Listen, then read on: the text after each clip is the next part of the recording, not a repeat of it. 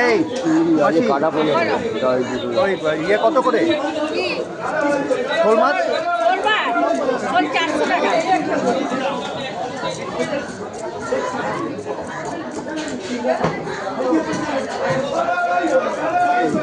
চিংড়ি দাও আর এটা দিয়ে দাও, একটু কাটা পোনা নেবো।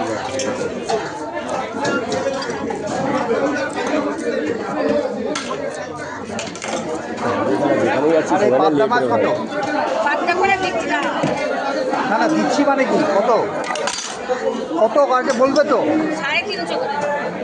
300 টাকার বেশি দিতে পারবো না। এত দিচ্ছ তার জন্য?